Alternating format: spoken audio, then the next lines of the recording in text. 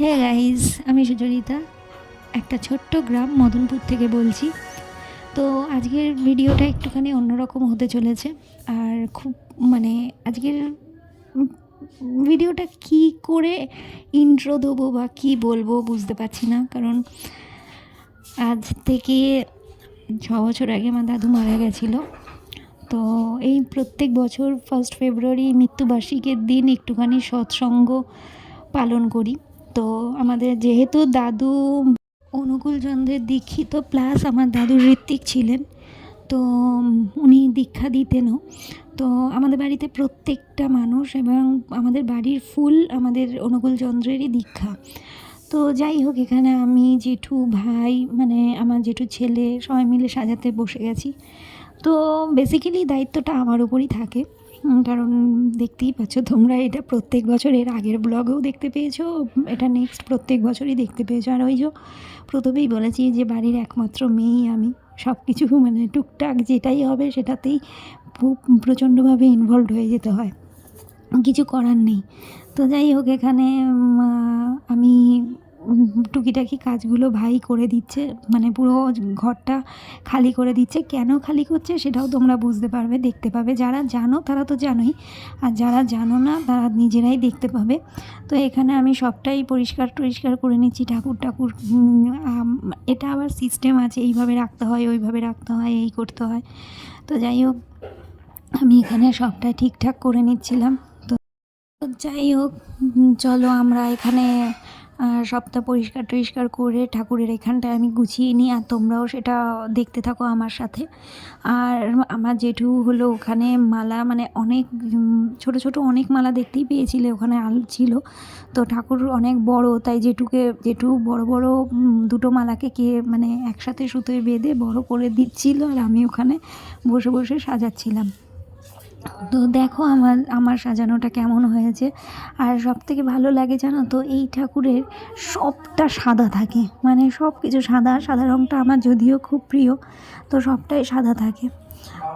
তো আমি যেহেতু ওখানে ক্যামেরাটা সেট করে দিয়েছিলাম, আর এখানে আমার বড় পিসি এসেছিলো, আমি বড় পিসিকে সরিয়ে দিলাম, আমার ওখানে ক্যামেরা সেট করা বলে সরিয়ে দিয়েছিলাম। তারপর বড় পিসি এসে বলল, তুই তো জেনেই আছিস যে কীভাবে ঠাকুর রাখতে হয়। আমি বললাম, হ্যাঁ আমি জানি। তো ঠিক আছে, এইভাবে চলতে থাকলো। এরপরে তো সৎসঙ্গ আরম্ভ হবে, তোমাদেরকে ভয়েস ওভার দিচ্ছি এখন, কিন্তু সৎসঙ্গ আরম্ভ হলে আর ভয়েস ওভার দিতে পারবো না। এবার একটা কথা আসি, সেটা হলো ইউটিউব যদি এখন কপিরাইট ফেলে দেয় তাহলে তো আমার কিছু করার থাকবে না, তখন আমাকে হয়তো এই ভিডিওটা আবার ডিলিট করে দিয়ে চলে যেতে হবে। আর এই দেখো, বড় বড় পা নিয়ে চলে আসলো আমার ভাই, আমি খেয়ালই করিনি ওখানে আমার ক্যামেরাটা রয়েছে, ও নিজেও খেয়াল করেনি।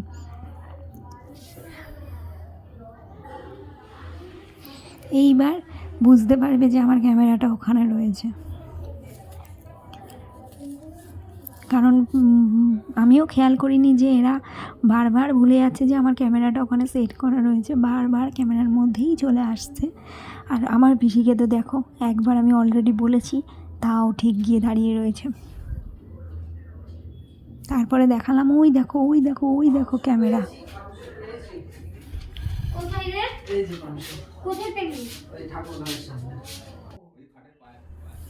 তো ফাইনালি আমার মোটামুটি সমস্তটা এখানে কমপ্লিট হয়ে গেছে, ঠাকুরের যেটুকুনি সাজানো, যেইটুকুনি করতে হয় ঠিক সেইটুকুনি।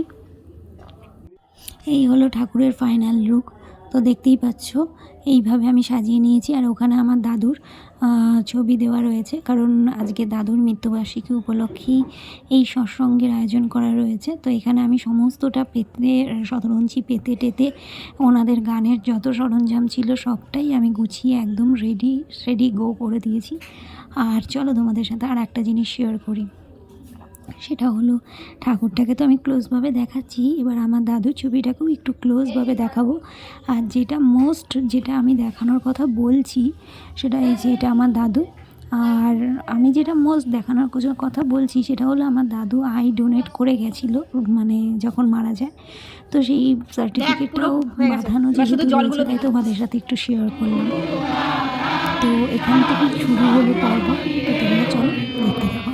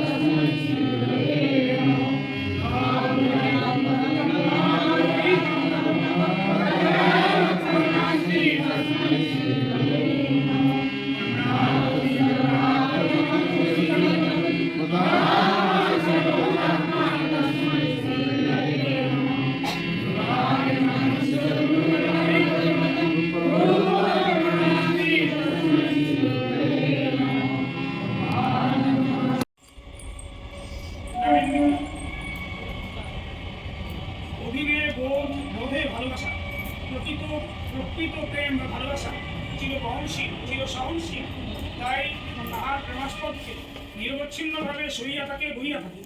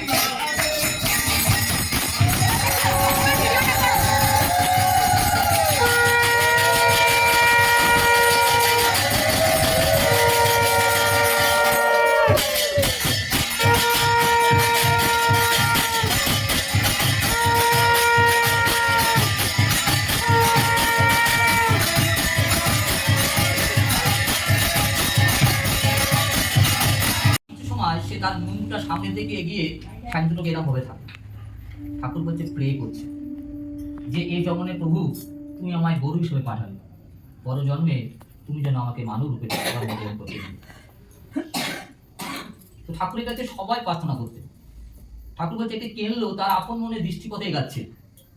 আর আমরা যাদের আমরা বলে হোমো সেপিয়েন্স, বুদ্ধিমান মানুষ, তারা জানতে অজান্তে তাকে আমরা আঘাত বা প্রতিঘাত করি। এতে কি হয়, সে হত হয়ে যায়। তখন ওই মৃতপ্রায় বা মৃত যে জীবনের মাথাটা তার স্তব্ধ হয়ে গেল, সে তখন প্রে করছে ভগবানের কাছে, পরমপিতার কাছে, হে প্রভু পরজন্মে তুমি আমায় মানব জন্ম দিবে, তাহলে এইভাবে আমার মরতে হবে। আজ পর্যন্ত ঠাকুরের কাছে যারা যারা গেছে, কিশোরী মোহনদা বলুন, কৃষ্ণ যে ঘটনাটা বললেন নবীনবাবু, এটা কোথাকার ঘটনা? উড়িষ্যা। ওনার এই ঘটনার একটুখানি বাদ পড়ে গেছে, আমি সেটা সংযোজন করে দিই। আপনারা যারা আলোচনা বই পেয়েছেন, সেখানে যারা পড়েছেন বা দেখবেন, ঘটনাটা কিছুটা মিস করেছেন উনি। ঘটনাটাও ঠিকই আছে। অতদিন ধরে অবিনবাবু আসবেন, প্রতিদিন বিছানা করে রাখতেন যে অবিনবাবু আসবেনই একদিন। তো উনি এসেছেন।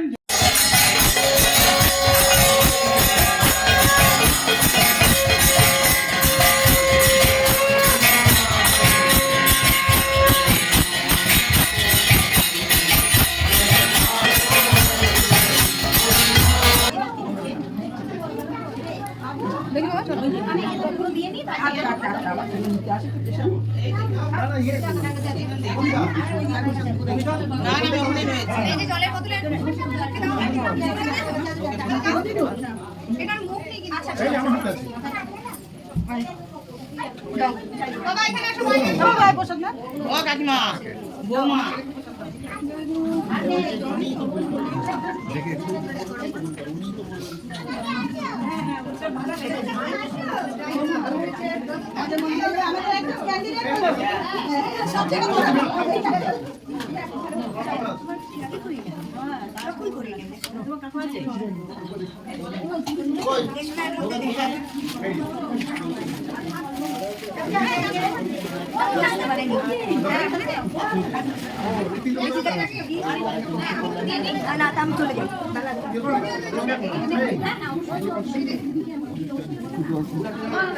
জানি না তোমাদের এই ভিডিওটা কেমন লাগবে। যদি ভালো লেগে থাকে লাইক কমেন্ট শেয়ার করো।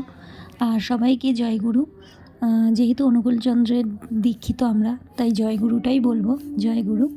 তো ভালো লেগে থাকলে লাইক কমেন্ট শেয়ার সাবস্ক্রাইব অবশ্যই করবে। যারা নতুন তারা প্লিজ একটু শেয়ার করো, আর যারা পুরনো তারাও একটু শেয়ার করো।